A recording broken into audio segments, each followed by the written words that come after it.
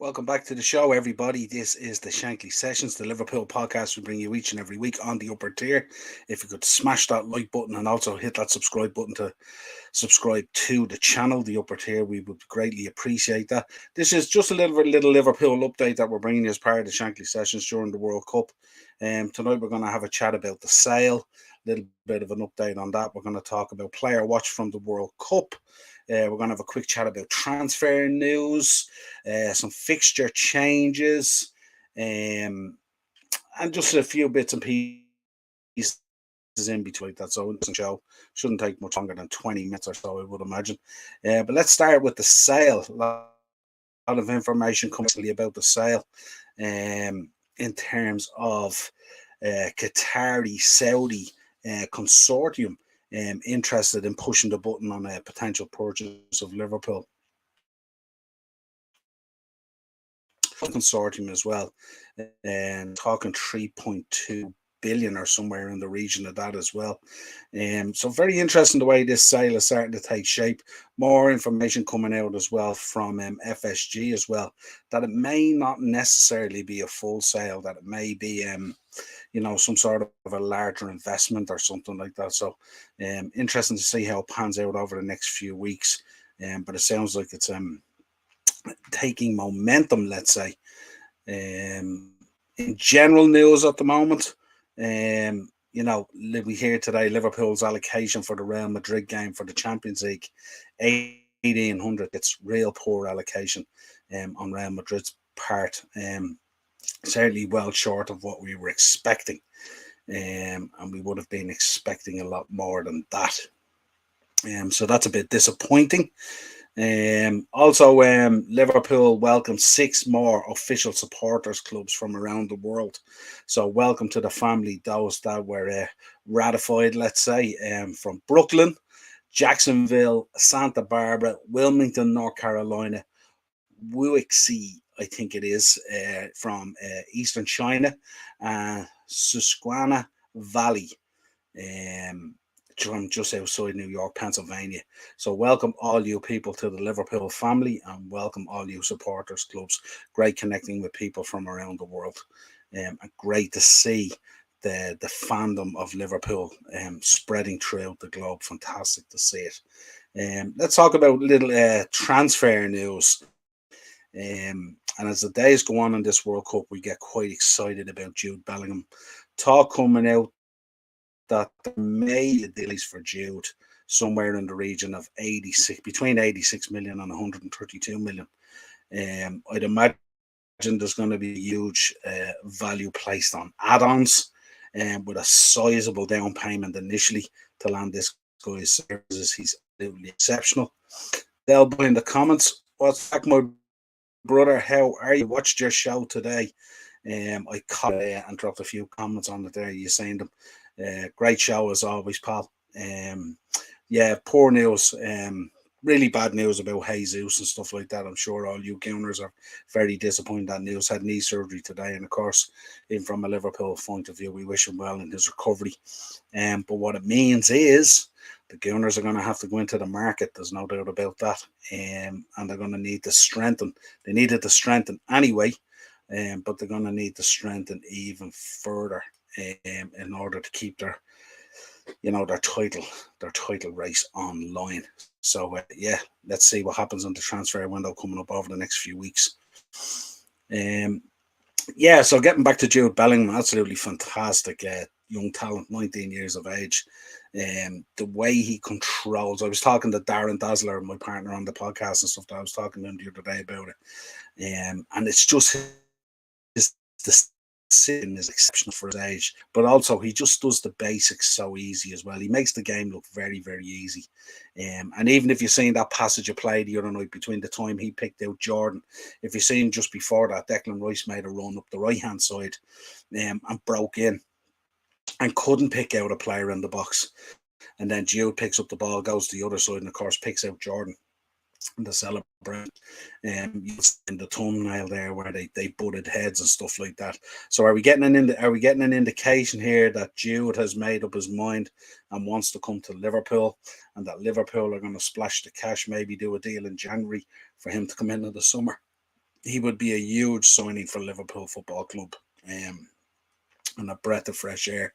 And his relationship with Jordan and his relationship with Trent seems exceptional at the moment.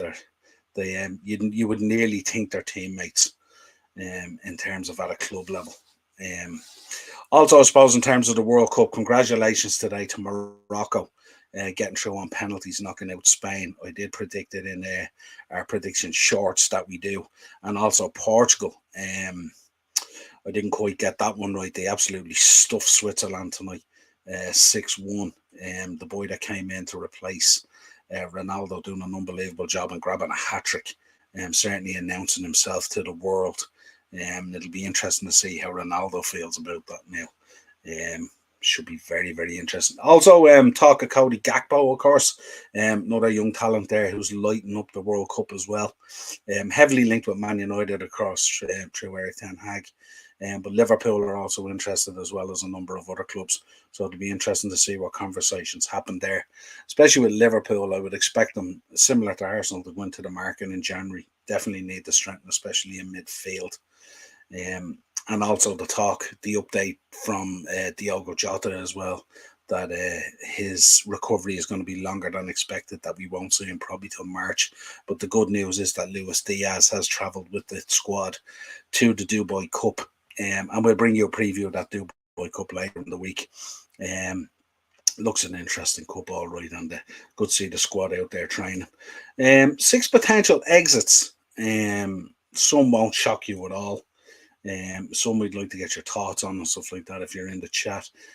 Obviously, Naby Keita has one that's created a lot of conversation and stuff like that. Just seems to have checked out in terms of his Liverpool career, and looks to be heading for the exit door.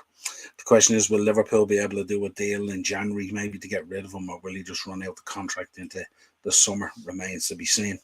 Alex Oxlade-Chamberlain, another one as well. We were heavily trying to make moves on him in getting him out the door there prior to him getting injured.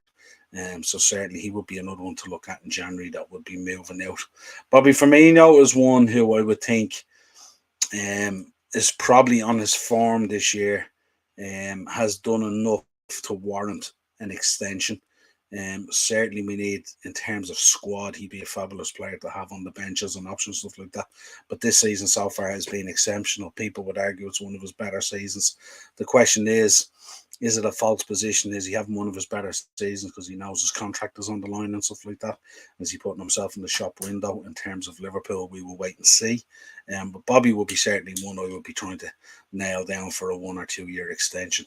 Nat Phillips, I think, is one that probably, it hurts me as well because of that tough season we had with our defensive issues and stuff like that. He's one that will probably need to move on, more so for his own career than Liverpool wanting to move him on. But I think if you look at the situation in terms of our centre backs at the moment, to be fourth, maybe down the pecking order and stuff like that, maybe it's time for Nat to move on for his own career to progress.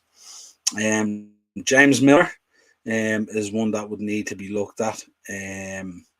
I'd love James to stay on in some kind of coaching, youth kind of ambassador type role or something like that, but maybe he wants to continue playing somewhere. So we'll have to see what way that would work with Liverpool. But certainly I'd hate to lose him to another club if we could find some way of giving him some sort of a role. Fabulous ambassador for the club. We did a podcast on him there a few weeks ago. It's up there on the channel if you want to take a look at it, talking about him joining the 600 club and what a fantastic professional he is. And the other one is Arthur Melo. Arthur Melo, to me, I think is going to pan out to be the new Ben Davis hologram. Basically, this is going to be a guy that we signed that I don't think it was just done out of, last minute kind of pressure and stuff like that.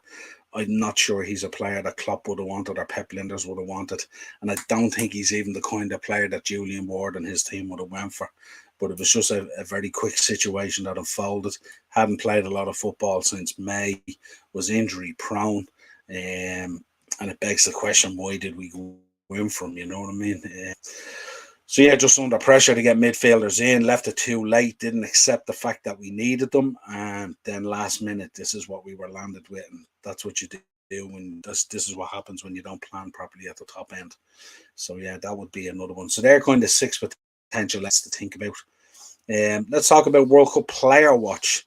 And certainly Liverpool players doing very well there at the moment. Like reaching the quarterfinals, and now with a huge fixture against Argentina, will the big Dutchman be able to keep Messi quiet during that game, or will Argentina prevail? That should be a great game.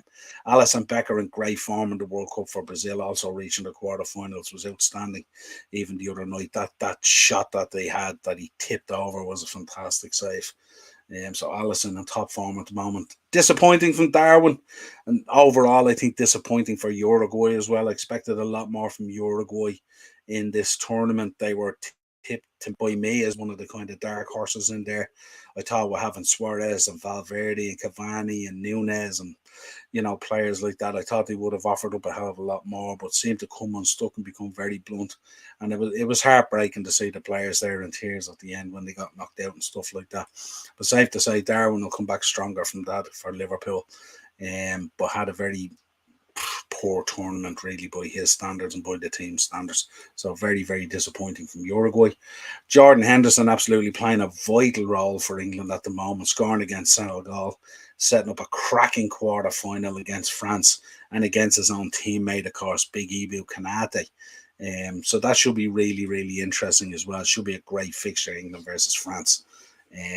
Some serious talent on display there. Mbappe, Jude Bellingham, John's going to be in there. Some fantastic stuff there at the moment. Foden, Rice, and then on the French side, Rabiot, absolutely outstanding at the moment in midfield for France. Griezmann pulling the strings. Mbappe, Giroud rolling back the years, breaking Henry's record.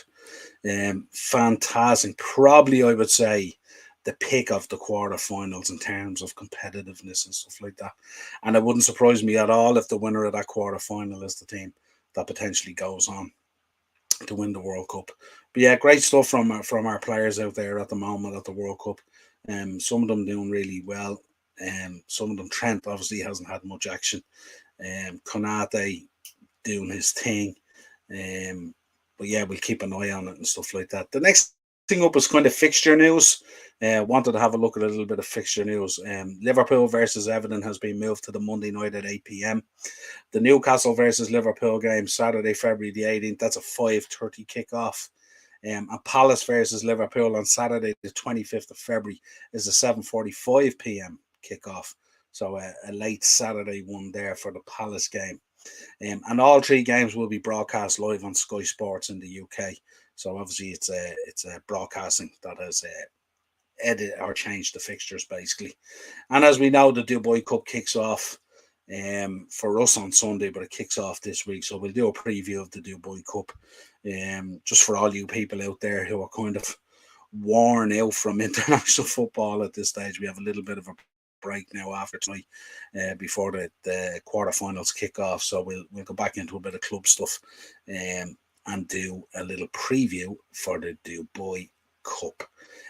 As always, if you could subscribe to the channel, The Upper Tier, hit a like on the video on your way out. Obviously, hit that bell notification to be notified when I go live. If you want to contact the show, it's the Upper Tier Podcast at gmail.com. We're also out there on Twitter, Facebook, Instagram, and TikTok. You'll find us everywhere. Pleasure as always is having your company, and we will talk to you again real soon. Cheers.